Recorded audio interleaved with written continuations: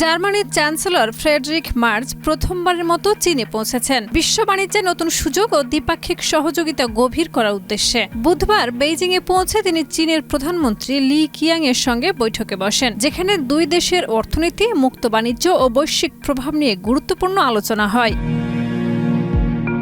March বৈঠকে বলেন, Germany চীনের সঙ্গে বহু দশকের অর্থনৈতিক সম্পর্কের ভিত্তিতে এগোতে চায়, তবে সহযোগিতা যেন ন্যায্য, স্বচ্ছ ও খোলা থাকে। তিনি জোর দিয়ে বলেন, চীনা প্রতিযোগিতার কারণে জার্মানির উৎপাদন খাতে যে চাপের মুখে তা দূর করতে হবে। লিলি আল্ট্রাসফট সিরাম জেল, যা গভীর থেকে স্কিনে দেয় 3 গুণ সিরাম হাইড্রেশন। সিরাম জেল হাইড্রেশনে ব্রাইট থাকো সব সিজনে।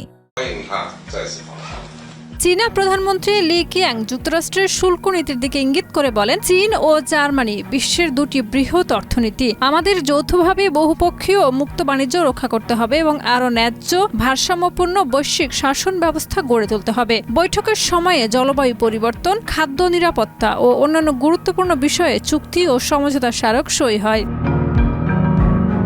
মার্জ জানান, বিশ্বে আমাদের যৌথ দায়িত্ব রয়েছে এবং আমরা তা একসাথে পালন করতে চাই। খোলা যোগাযোগ চ্যানেল বজায় রাখা অত্যন্ত জরুরি। তিনি আরও জানান, আগামী মাসগুলোতে তার সরকারের কয়েকজন মন্ত্রীও চীন সফর করবেন।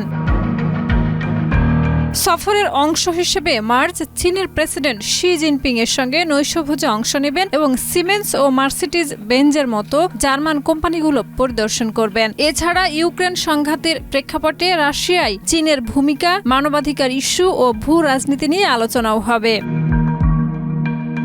মার্চ বলেন, রপ্তানি নির্ভর জার্মানির জন্য বিশ্বের সব অঞ্চলের সঙ্গে অর্থনৈতিক সম্পর্ক অপরিহার্য, তবে আমাদের বিভ্রমে থাকা উচিত নয়। চীন এখন নিজস্ব নিয়মে নতুন বহুপক্ষীয় বৈশ্বিক ব্যবস্থা নির্ধারণের চেষ্টা করছে।